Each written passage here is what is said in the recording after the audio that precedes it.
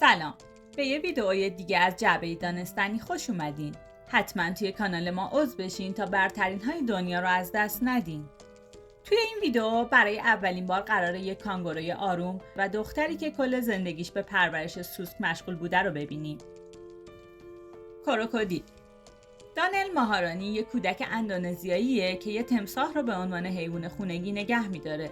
این تمساح 29 کیلوگرم وزن و 135 سانتی متر طول داره. اون با حیوانش غذا میخوره، بازی میکنه و میرقصه و حتی کارهای دیگه‌ای هم انجام میده. اما کروکودیل‌ها اونقدر موجودات صمیمی نیستن. بعضیاشون ممکنه بر اثر عصبانیت گازتون بگیرن. البته قدرت گاز گرفتنشون خبر جدیدی به حساب نمیاد.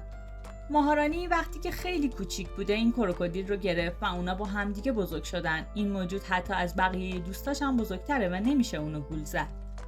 روباه درازگوش. اعتقاد بر اینه که روباه درازگوش به طبیعت تعلق داره. علیرغم این موضوع اونا میتونن حیوان خونگی هم باشن. این موجودات پر انرژی هستن و کودکان رو خیلی دوست دارن. این گونه از روباها زیبایی خاصی دارن که در طول چند سال میشه به اون پی برد.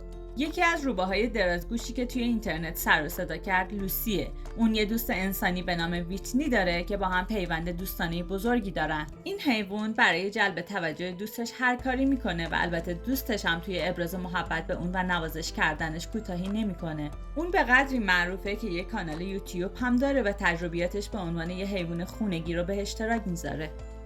خوکچه هندی. این موجودات حیوانات آروم و قابل کنترلی هستند، همچنین برای کودکان گزینه مناسبی به حساب میان چون به ندرت گاز میگیرند. این موجودات حیوانات واکنش پذیری هستند، به خصوص زمانی که به کودکان عادت میکنن. اونا در طول شبانه روز به شدت فعالن و برای همین میتونن همبازی مناسبی برای کودکان باشن. از اونجایی که این خوکچه باید به صورت جفت نگهداری بشه، بنابراین به فضای بزرگی نیاز دارن. کودکان حتما از این موجودات خوششون میاد، چرا که بسیار پر انرژی هستن. هرچه غذای تازه تری بهشون بدین، عمر طولانی تری خواهند داشت. راسو. این سه کودک یه راسو را به عنوان حیوان خونگی نگهداری میکنن. عجیب بودن این موجود یه طرف، نگهداری اون توی خونه یه طرف دیگه. اونا موجوداتی مثل لاک‌پشت‌ها، نوعی بوآ، هیولای ریشدار و میمون پوزه‌دار رو هم نگهداری می‌کردن و به شدت عاشقشون بودن. بچه‌ها میگن که این حیوانات بعد از بی‌اعتنایی والدینشون یا بقیه حیوانات غیر قابل کنترل میشن و گاهن ناچارن اونا رو به آغوش طبیعت برگردونن. اما نگران نباشین چون همه این کارها تحت نظارت خانواده بچه‌ها انجام میشه. کانگورو. کانگورویی به نام بومرو درست چند روز بعد از تولدش به این کودک معرفی شد. از اون موقع به بعد این کودک ارتباط غیرقابل توصیفی رو با این حیوان آغاز کرد. اگرچه کانگوروها بسیار خطرناک شناخته شدن، اما بومرو تا حالا دوستش رو زخمی نکرده. یه ضربه کانگورو میتونه شما رو از یه شهر به شهر دیگه‌ای پرتاب کنه. به علاوه اونا ناخن‌های تیزی دارن که به هیچ کس رحم نمی‌کنه. البته این حقیقت توسط حیوانات زیادی رد شده و نشون داده که همه کانگوروها مثل هم نیستن. اردک. یکی از راه‌های آروم نگه داشتن فرزندانتون اینه که یه جفت از این حیوان براشون بخرین. تایلر فقط 9 ماهش بود که خانواده‌اش اونو با یه اردک غافلگیر کردن. این حیوان از زمانی که یه جوجه کوچولو بود با تایلر آشنا شد و از اون موقع به بعد ارتباط محکمی بینشون ایجاد شد.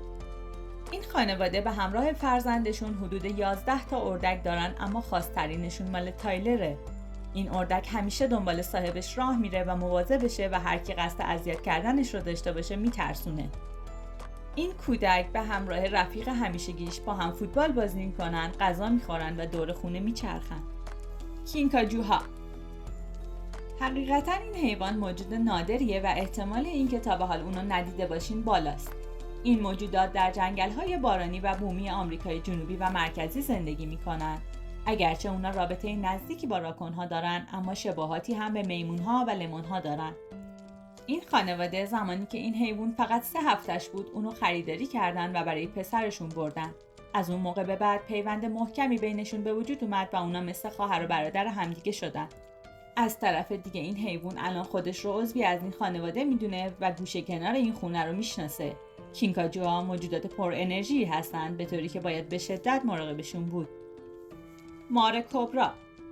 خطرناک بودن مار کبرا موضوع جدیدی نیست. اونا حدود 18 متر طول دارن و زهرشون کشنده است و اگه فوراً به پزشک مراجعه نکنین جونتون رو از دست میدین. با این حال علیرغم این داستان‌ها یک کودک هندی اونو به عنوان حیوان خونگیش انتخاب کرده. این دختر با مار خودش و بقیه مارها هر کاری دلش بخواد انجام میده. حتی وقتی حوصله‌اش سر میره به همراه مارهاش به جنگل میره و توی شکار بهشون کمک میکنه. پایتون ها مارهایی هستن که قربانیان زیادی میگیرن، حتی با اینکه اونا سمی ندارن اما باز هم کشنده هستن، چون فرار از چنگال این موجود به شدت سخته. این کودک که امی نام داره 2 تا از این پایتون ها رو توی خونه نگه میداره و همه چیز رو باهاشون شریک میشه. زندگی کوچولوی اون حول مارها میچرخه، حتی زمانی که توی خونه هستن به هیچ وجه ازش جدا نمیشن. بچه‌های شیر. توی این بخش از عجیب ترین حیوانات خانگی، پدری که توی نوار غزه زندگی میکنه یه روز از باغ وحش بازدید کرد و با 2 توله شیر به خونه برگشت. این مرد توله ها رو خرید تا بچه‌هاش بتونن باهاشون بازی کنن. امروز این شیر به راحتی توی خونه زندگی میکنه و به فرزند خوانده‌شون تبدیل شده. این مرد ادعا کرده که شیرها با گذشت زمان و بزرگتر شدنشون پرخاشگرتر میشن. پیتبولی به نام هالک یکی از خشن‌ترین حیواناتیه که تا به حال دیدین. بهتره که بهشون نزدیک نشین وگرنه تیکه پارتون میکنن. به دلیل رفتاری که دارن نگهداریشون اطراف خونه کار امنی نیست، به خصوص با وجود کودکان. البته ماریون و الیزا اینطوری فکر نمیکنن. اونا حیواناتشون رو طوری تربیت کردن که فقط به متجاوزا حمله کنن. این سگ محافظ آروم و ملایمه و زمانی که پیش دوستاشه اونا رو بغل میگیره و میبوسه. علیرغم رفتار خشونت‌آمیزی که بیرون از خونه داره با بچه‌ها خیلی مهربونه، طوری که از تغییر رفتارش شگفت زده میشین. ممکنه گاهی اوقات نگران زندگی این بچه بشین، ولی اون با این طبیعت وحشی خو گرفته. ببر. این دختر اهل فلوریدا ببری رو نگهداری میکنه که بهش میگه ویل. این ببر از گونه بنگاله که جزو یکی از خطرناکترین گربه‌سانان حیات وحش به شمار میاد. این دختر از زمانی که بچه بود با ویل زندگی میکرد، حتی دوستاش هم از نگهداری این حیوان وحشی تعجب کردن. با این حال خودش هیچ مشکلی با این قضیه نداره. عشق نسبت به حیوانات رو به خوبی میشه توی این خانواده دید. اون توی خانواده‌ای بزرگ شده که همگی به حیوانات وحشی غذا میدادن و از کودکی به این کار تمایل داشتن. اونا از بچگی این ببر رو نگه داشتن و همیشه بهش شیر دادن. کوالا. ایزی یک کوالا رو به سرپرستی گرفته و حسابی دوستش داره. اون به قدری از این حیوان خوشش میاد که بعضی مواقع به جنگل میره و کوالاهایی که زخمی هستن رو پیدا میکنه و قبل از برگردوندنشون به طبیعت اونا رو درمان میکنه. از اونجایی که مادرش یه دامپزشکه، ایزی این علاقه رو به حیوانات پیدا کرد و مهارت خاصی توی درمان کوالاها داره. اون در مقابل حیواناتی قرار میگیره که به خوبی میتونن باهاش ارتباط برقرار کنن. مادرش امیدواره که در آینده تعدادی بیشتری از این حیوانات رو درمان و احیا کنه. احساسی ترین لحظه زندگیش زمانیه که میخواد این حیوانات رو بعد از گذشت چند هفته مراقبت به طبیعت برگردونه. سوسک‌ها. این دختر کوچولو سوسک‌ها رو به عنوان حیوان خونگی نگه می‌داره. این حیوانات به شدت حال به هم زنن و هیچ کس دوست نداره اونا رو اطراف خونش ببینه. این دختر که اهل اوکلاهاماست، ظاهراً تنها انسانیه که هیچ ایرادی در نگه داشتن از 7000 سوسک نمی‌بینه. مادرش زمانی که کوچیک بود 5 تا از این سوسک‌ها بهش داد و علاقه این دختر به سوسک‌ها فراتر رفت. اون یه مخزن با بیش از هزاران سوسک داره و بر این باوره که این حشرات اونقدرها هم که فکر میکنیم شیطانی نیستن.